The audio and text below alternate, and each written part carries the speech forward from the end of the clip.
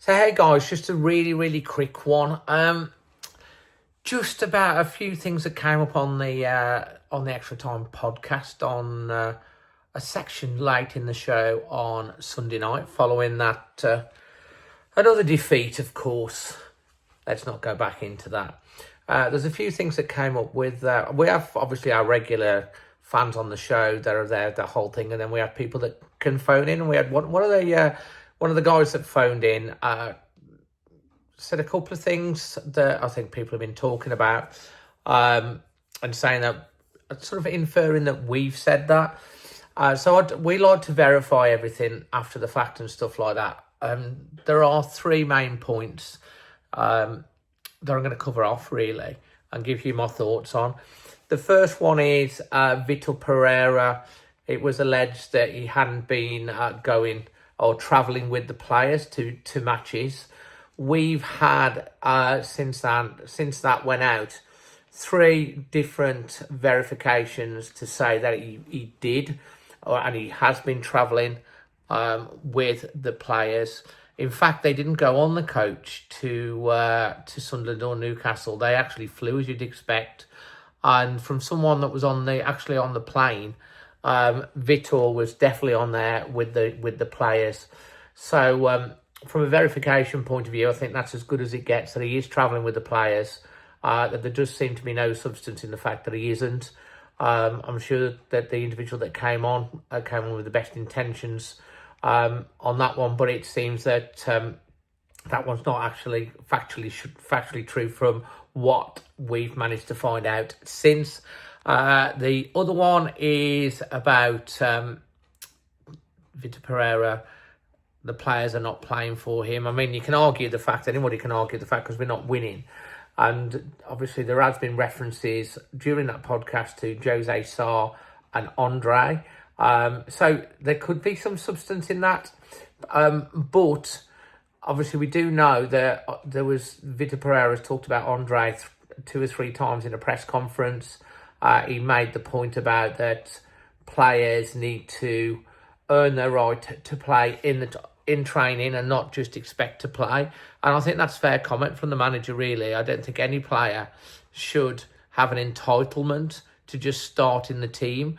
They need to earn the right to play. And of course, but he did drop Andre, rightly or wrongly, and Andre obviously is one of our better players. And so that you can't really go too much more into that. And the other one, obviously, Jose Sarr. Well, Jose Sarr has been dropped from being the number one goalkeeper.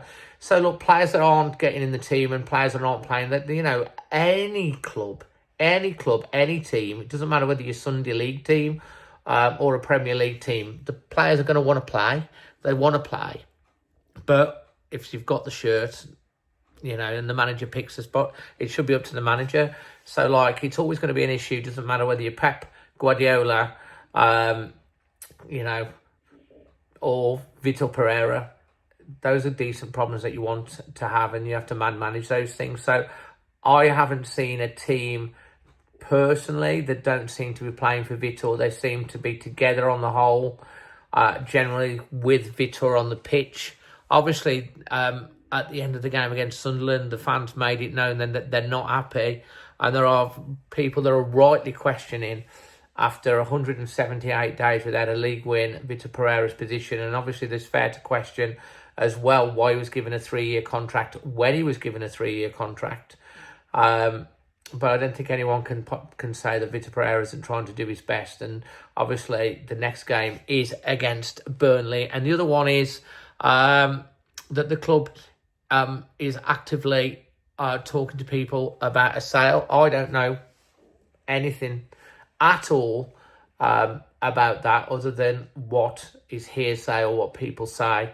I can't verify that. What I would say is, and we've said it many times on the channel, Emma the producer, we talked about that, if there is a lack of investment in infrastructure and all of those things, and like obviously, generally speaking, owners don't tend to pump a lot of money into the infrastructure side of things if they potentially are open to a sale.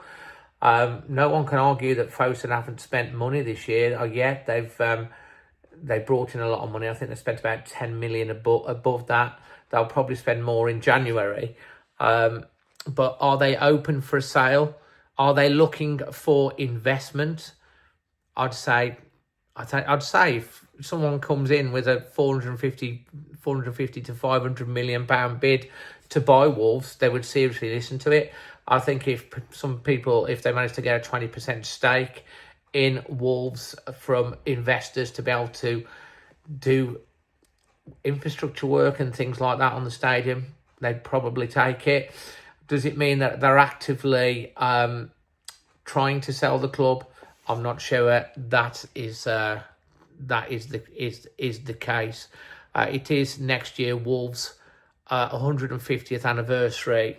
We know that there's a lot of work being done into that already in terms of plans for the 150th anniversary. And I would imagine that any owner would probably want to be owning the club in the 150th anniversary of our great club. So maybe after that, they'd be a lot more open. But obviously, at the moment, who would want to be owning the club and going into the 150th anniversary of the club and the club getting relegated back down to the Championship for its 150th anniversary? That's not a good record that you'd want on your CV, I would say. So, yeah, look, all of those sort of things, you know, some of it might be true. There's so much that goes around on social media and stuff like that. I know for a full, as I say, that the only one thing I can definitely say is that Vitor Pereira went with the team on the plane to Newcastle and Sunderland, as you'd expect him to, and he was with the team. That has been confirmed to us for definite. The other things, you know, a lot of people were really wishing and really want Fosun to sell, and we don't really know. Until we've got actual more proof on that from ourselves, people can come on and they can say, but we will obviously try and verify and check these things back. So all I wanted to do is just come on here and just give you my thoughts on that and what we've managed to find out a little bit since. And we do thank anyone for coming on to the Sunday night shows. They are a lot of therapy, and we're very grateful to anyone that wants to come on and give any information that they think they might know. But until we've got something from the club, or you've got the likes of Percy or really established journalists that are quoting this, again, it's all speculation, because at the moment there is nothing out there in the media that are suggesting that Wolves are negotiating with someone behind the scenes to sell the club. So yeah, just wanted to clarify a few things on that. Leave your thoughts in the comment section below. We'll always try and keep you updated here on the channel, and we'll always welcome anyone to come on and have their say, have a bit of a moan, talk positives, whatever, always on the Sunday night shows. And in the rest of it, we'll report as much as we can, rumours, news, and give opinion and give reactions, as always, here on the channel. So until the next one, always Wolves.